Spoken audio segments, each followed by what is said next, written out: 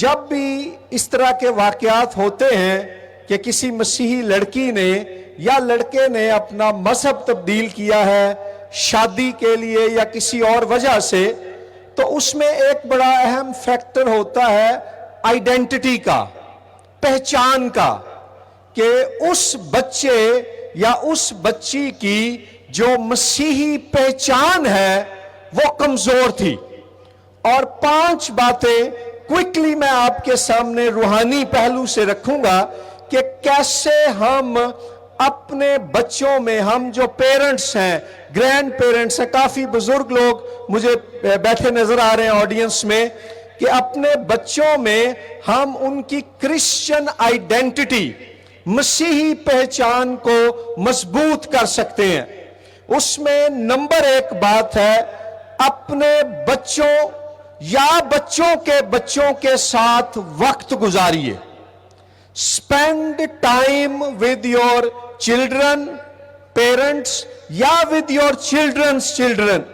یاد رکھیں، یہ کہنا آسان ہے، کرنا مشکل ہے، لیکن اس کا فائدہ اور اجر آپ کو لانگ ٹرم میں ملتا ہے۔ جو رشتہ بچپن میں آپ کا اپنے بچوں کے ساتھ مضبوط ہو جاتا ہے، اس کا ان کی پہچان پر بڑا گہرا اثر ہوتا ہے۔ پہلی بات ہے، اپنے بچوں کے ساتھ والدین وقت گزاریں۔ دوسری بات، ماریا شہباز جیسے واقعات کو روکنے کے لیے ہے، اپنے بچوں میں مسیحی پہچان کو مضبوط کرنے کے لیے باقاعدگی سے روزانہ ان کے ساتھ بائبل پڑھیں۔ Read the Bible with your children daily. اس پر کمپرومائز مت کریں، سمجھوتا نہ کریں۔ تیسری بات جو اہم ہے وہ ہے روزانہ اپنے بچوں کے ساتھ دعا میں وقت گزاریے۔ Pray with your children and grandchildren daily۔ اس سے ان کے اندر ان کی جو مسیحی پہچان ہے وہ آہستہ آہستہ رفتہ رفتہ مضبوط ہوتی جائے گی۔ کلام کی ہر آیت، ہر وہ دعا جو آپ روز ان کے ساتھ مل کر کریں گے، ایک ایسی اینٹ ثابت ہوگی جو وقت گزرنے کے ساتھ ساتھ ان کی زندگی میں مسیحی پہچان کی عمارت کو مضبوط کرتی جائے گی۔